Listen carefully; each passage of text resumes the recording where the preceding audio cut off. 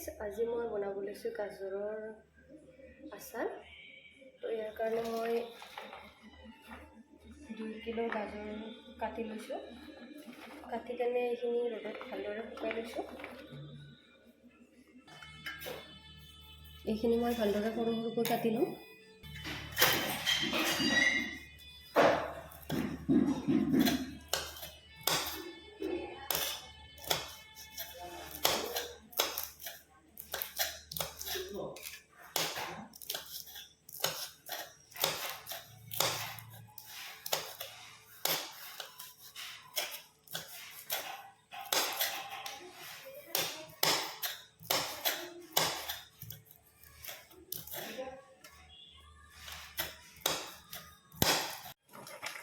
এইখিনি হৈছে গাজৰ। এইখিনি জলকীয়া কাটি লৈছোঁ মিহি মিহিকৈ, আৰু এইখিনি তেল গৰম কৰি লৈছোঁ। এইখিনি হৈছে মছলা। ইয়াতে আছে আপোনাৰ বেহৰ, পাঁচফোৰণ, জিৰা আৰু ধনিয়া। এইখিনি মিক্সিত ভালদৰে খুন্দি লৈ দিছোঁ। ফাৰ্ষ্ট মই এইখিনি মিক্স কৰি ল'ম ভালদৰে।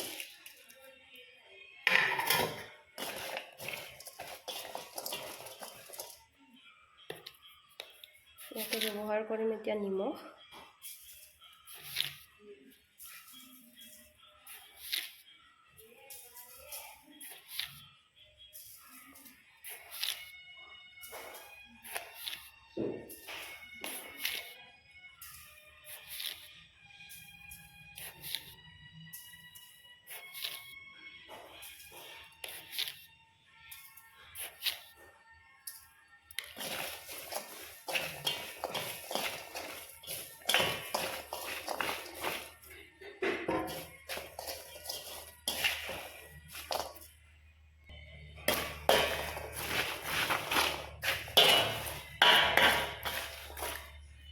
ইয়াতে এতিয়া দিম গৰম কৰি লোৱা তেলখিনি দি দিম।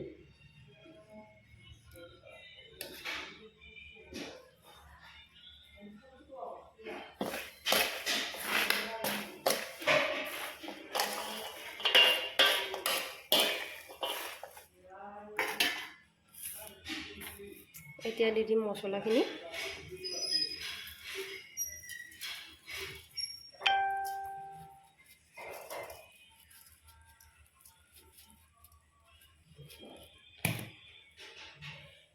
এইখিনি এতিয়া ভালদৰে মিক্স কৰি ল'ম।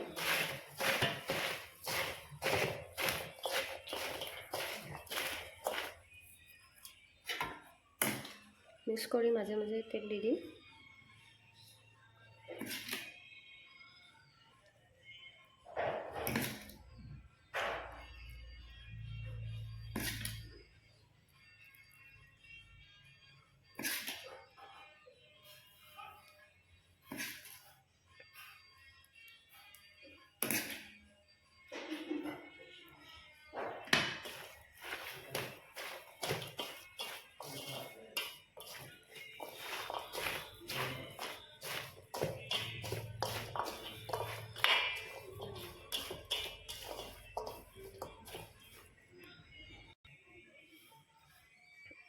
এইখিনি ৰেডি হৈ গ'ল।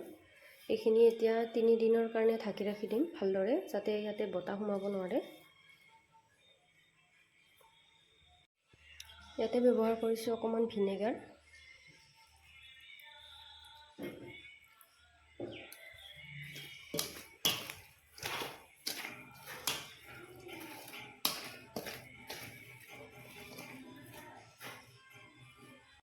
এতিয়া বনাব লৈছোঁ মই নহৰুৰ আচাৰ। কেনেদৰে বনাই আপোনালোকক দেখুৱাম বাৰু। এইখিনি এতিয়া অকণমান থেঠেলি ল'ম।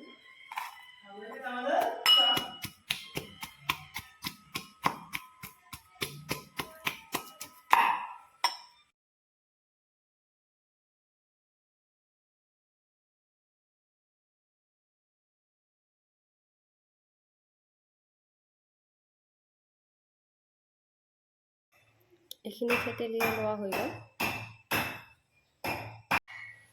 এতিয়া মই তেল গৰম কৰি ল'ম অকণমান।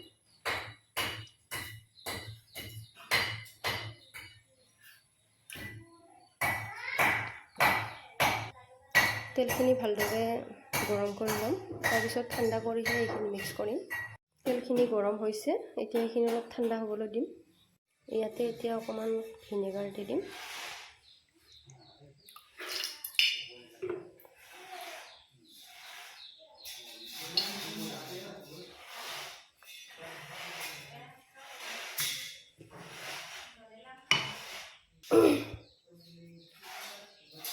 সোৱাদ অনুসৰি নিমখ,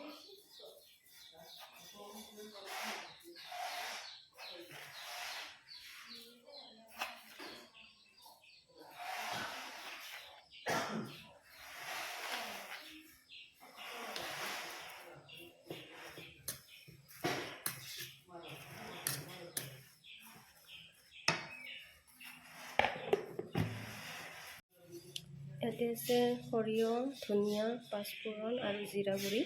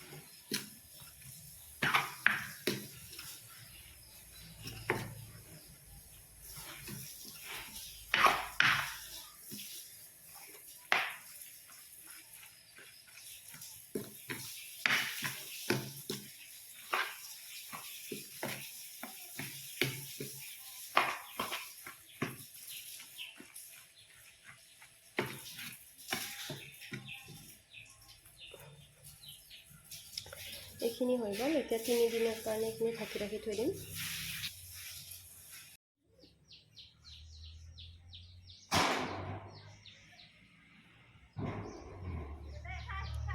জলপাই আচাৰখিনি মই আগতে বনাইছিলোঁ।